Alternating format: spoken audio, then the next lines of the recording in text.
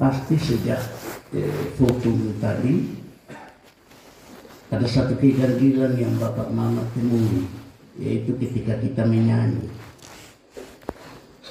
Saya percaya bahwa setiap minggu Pak Pendeta Nakmova, bagian-bagian liturgi Pak Pendeta tidak pernah lewatkan, apalagi menyanyi.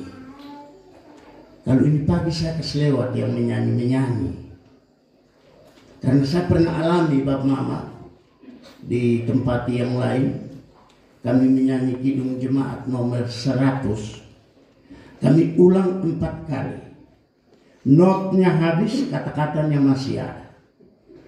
Kami ulang 4 kali dan selalu dalam keadaan sama. Not habis, kata-kata masih penuh. Dan mulai dari itu saya berusaha untuk tidak bikin kacau liturgi. Jadi kalau menyanyi saya angkat tangan. Itu perkenalan Bapak Mama. Lepas dari perkenalan itu Bapak Mama, bahwa pagi ini bagian Alkitab yang kita baca Lukas 15 ayat 11 hingga 32. Majelis Sinode memberi topik kasih Bapa tiada batasnya. Ya, betul tambah batas nya. Majelis Sinode bilang kasih Bapa tiada batas. Ketika kita melihat bagian Alkitab ini, pasti kita sepakat untuk katakan bahwa ini ada sejumlah pesan moral yang di dalamnya. Dan pesan moral yang selalu kita pakai untuk jadikan teladan ialah pola hidup anak sulung itu. Karena dia tidak pernah berjalan kiri kanan. Yang bungsu selalu kita bilang itu tidak perlu dicontohi. Karena dia keluar, dia anak yang tidak mau diatur. Itu kesimpulan saya dapat ketika saya masih di PAR. Selalu diajar ketika baca anak terhilang, contoh yang bagus itu anak sulung, anak bungsu tidak bagus. Itu kesimpulan kita, itu pikiran kita. Tapi pagi hari ini ketika kita harus menempatkan refleksi di bawah tema kasih Bapa tiada batas, maka saya pikir mari kita perlahan-lahan belajar dari lingkungan keluarga kita. Dari belajar yang baik dalam lingkungan keluarga, maka kita bisa membuat kesimpulan yang tepat terhadap cerita ini. Ada 3 tokoh Bapak Mama yang berperan dalam cerita Lukas 15 ayat 11 hingga ayatnya yang ke-32. Tokoh yang pertama itu si bungsu. Kalau kita lihat si bungsu, saya tidak tahu yang ada di pikiran Bapak Mama seperti apa. Tapi yang ada di kepala saya dan ketika membaca bagian ini, melihat si bungsu, maka saya menemukan karakter seorang manusia yang sulit diatur. Ya, dia anak yang sulit diatur. Kenapa sulit diatur Bapak Mama?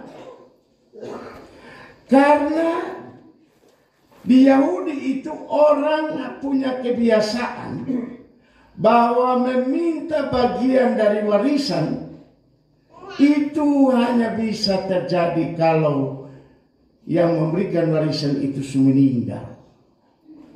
Pembagian boleh jalan selama ia hidup, atau surat wasiat dia boleh buat selama ia hidup, tetapi pembagian baru terjadi setelah ia meninggal. Ini anak nakal. Ini anak dalam bahasa kita ialah dia kurang ajar. Bapak belum mati, Dia suruh cepat-cepat kasih dia pun bahagia. In anak sonde baik. Ya. Dia pun sonde baik itu muncul dalam sikapnya, yaitu dia tetap menuntut Bapak harus segera kasih dia pembahagiaan. Ini sama dengan anak suruh di Bapak mati sudah. Lu mati susah sekarang supaya di pembagian kita bisa dapat. Ya. Itu sikap, karakter, watak yang sulit diatur oleh anak ini. Hal lain yang muncul dalam karakter anak ini ialah setelah dia dapat bagiannya, dia memutuskan hubungan dengan bapak dan kakaknya. Dia bangun keluar dari rumah itu. Dia menganggap bahwa kehidupannya di luar hubungan dengan keluarga dia akan menjadi baik. Dia menganggap bahwa ketika hidup ini diatur dengan bermodalkan kekayaan dan pembagian harta yang ada, dia akan lebih sejahtera. Dia meninggalkan rumah ayahnya, kakaknya, dan pergi ke kota. Ketika dia ada di kota, kebiasaan atau watak karakter yang jelek yang muncul lagi ialah dia menganggap dunia ini dia pun milik. Dia anggap dia orang paling kaya. Dan karena itu dia menghabiskan semua yang dia bawa. Dia tidak pernah berpikir bahwa ini beta di orang pun kampung. Ini beta orang pun daerah. Beta orang baru. Sonde kenal siapa-siapa. Beta harus hemat. Kalau ini doi habis beta mau gimana. Dia sonde pikir itu. Dia justru berkenalan dengan orang-orang seusia dia dengan menghambur-hamburkan harta milik yang dia bawa. Akibat dari wataknya yang sulit diatur, akibat dari wataknya yang keluar dan meninggalkan rumah, akibat karena hidup berfoya-foya, maka dia naik kena batu. Yaitu dia jatuh miskin, tidak ada apa-apa. Selain pada dirinya sudah tidak ada apa-apa, di kota itu juga ditimpa kelaparan. Lalu mau kemana? Ini betul-betul air di batang leher. Ini betul-betul hidup di tengah buku bambu. Maju kena, mundur kena. Dalam kondisi yang tidak bisa berbuat apa-apa, Pak Ma. Keputusan yang dia ambil ialah cari kerja. Dia tidak persoalkan berapa besar upah yang dia dapat.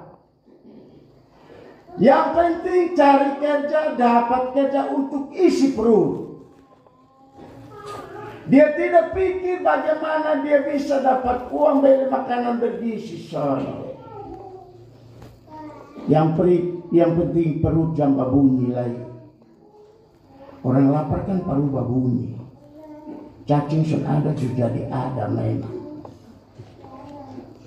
Dia cari kerja hanya untuk menghilangkan rasa laparnya. Dia pikir Pak Mama, ini dia sudah odeng minum air.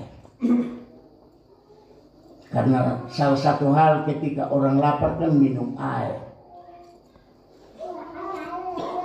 Dia minum air, tapi akibat dari minum air harus di belakang terus, lalu tambah loyo, dia terpaksa harus cari kerja dan dapat makan sedikit. Kerja sudah dapat, oke. orang terima dia kerja. Tetapi tidak dengan serta-merta kasih dia panjar upah. Ini tantangan kedua yang dia peroleh. Suka kas makan babi, urus babi. Tapi pemilik ternak itu tidak pernah berpikir untuk panjar kasih dia. Berpikir pasti dia kasih tahu. Bapak berkelapa, makanya bercari gajah. Tapi ini pemilik ternak tidak menghiraukan keluhannya.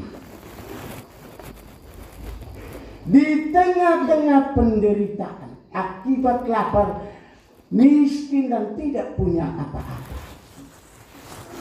di tengah-tengah hidup yang sangat terpuruk itulah muncul kesadaran dari si bungsu ini. Dan ini yang baik, Bapak. Dia menderita, di tengah penderitaan dia sadar bahwa di rumah Bapak ada sejumlah makanan, ada hamba, ada berlimpah-limpah harta di sana. Kesadaran itu membawa dia untuk tidak hanya menyesal karena dia meninggalkan rumah Bapak, tetapi kesadaran itu juga membawa dia pada satu tingkat yang paling tinggi dalam pemahaman iman Kristen, yaitu dia bangun dari keterpurukannya. Dia melangkah dari keterpurukannya menuju ke rumah Bapa dengan satu tujuan: pergi mengakui kesalahan, siap menerima apa saja yang Bapak mau katakan kepadanya, Bapak mau lakukan kepadanya, asal dia diterima. Diterima tidak dalam kedudukan sebagai anak, tapi diterima dalam kedudukan sebagai seorang hamba. Ini sebuah kesadaran yang baik, Pak Mama. Anak yang tadinya nakal, anak yang sulit diatur, ketika berhadapan dengan tantangan kehidupan, dia sadar, dia berbalik, dan dia melangkah menuju rumah Bapa. Dia tidak hanya membangun tekad dan komitmen di tempat, tapi dia melangkah. Tokoh yang kedua, Bapak Mama, dalam bagian Alkitab ini yaitu ayah. Sebagai bapak yang punya harta, mata masih terbuka-buka, anak suminda dia pun. Lu pulang datang itu lu naik karena apa? Lu pita paleo, baru lu pulang datang. Itu pasti pertama rotan ada hulu. Kotong semungkin harus sampai dan lain sutuhan nih. Kita bayangkan nih anak merantau pulang datang kali bapak seumur 70 tahun. Bapaknya betul-betul menunjukkan cinta kasih yang luar biasa. Dia tidak menyimpan kejahatan anaknya, tetapi dia bersikap penuh kasih sayang. Sikap penuh kasih sayang itu ditunjukkan dalam beberapa hal yang bisa kita lihat. Ketika dia lihat anak itu dari jauh, dia yang melari. Dia yang katakan, anakku yang mati sudah hidup kembali, yang hilang didapat kembali. Bapak yang bilang, bapak yang tadi mesti marah, dia yang bilang begitu. Itu ungkapan kasih, itu ungkapan sayang. Tindakan yang kedua, Bapak Mama, yang dilakukan oleh Bapak adalah dia menyuruh para hambanya mengambil jubah dan mengenakan kepada anak yang nakal itu, anak bungsu. Artinya bahwa dia tidak hanya menerima dengan kasih, tapi dia menerima anak itu sebagaimana dulu dia ada. dia anak dari keluarga yang kaya, dan karena itu jubah itu dia punya hak untuk pakai. Mengembalikan martabatnya sebagai seorang anak. Sikap yang berikut yang dilakukan oleh sang bapak adalah dia mengenakan cincin kepada anaknya. Tanda bahwa ini anak kandung, ini darah dagingku. Pengakuan terhadap anak itu tidak hanya mengembalikan pada posisi sebagai anak, tetapi juga ada ikatan dalam bentuk cincin yang diberikan kepada anak itu. Sikap yang ketiga yang bapak itu buat adalah dia menyuruh hamba-hambanya mengenakan sepatu. Sepatu di kalangan orang Yahudi saat itu adalah yang bisa dipakai adalah orang bos-bos. Artinya bahwa anak ini yang tadi menderita keluar dan nakal itu kembali menjadi anak pejabat, anak orang terkenal. Dia bukan anak dari seorang hamba, tapi anak dari seorang yang memiliki kasih dan sejumlah kekayaan. Dan pada akhirnya Bapak, dia mengajak semua orang untuk bersukacita dengan menyembelih lembu yang tangguh, yang gemuk. Orang Yahudi sama potong orang Kuba. Mau bunuh sapi besar kecuali pesta besar. Undangan banyak. Saat itu bapak itu tidak hanya bersuka cita karena anaknya sudah kembali, tapi dia mengundang semua orang tetangga, keluarga, kenalan datang dan ikut bersuka cita. Lambang dari datang dan ikut bersuka cita ialah sama-sama menikmati lembu yang sudah disajikan, daging lembu yang sudah disajikan. Inilah kasih seorang bapak yang sangat mulia. Kita pindah pada karakter anak sulung.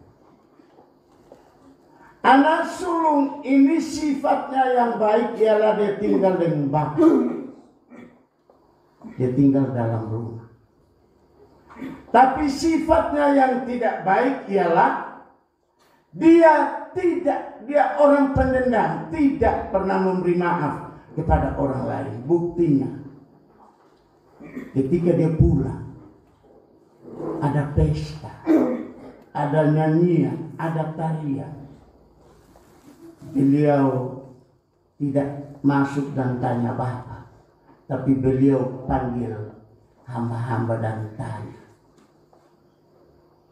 Hanya dari percakapan dengan hamba-hamba, hanya dengan memperoleh informasi dari hamba-hamba terhadap pesta itu, maka dia mulai mengamuk sudah.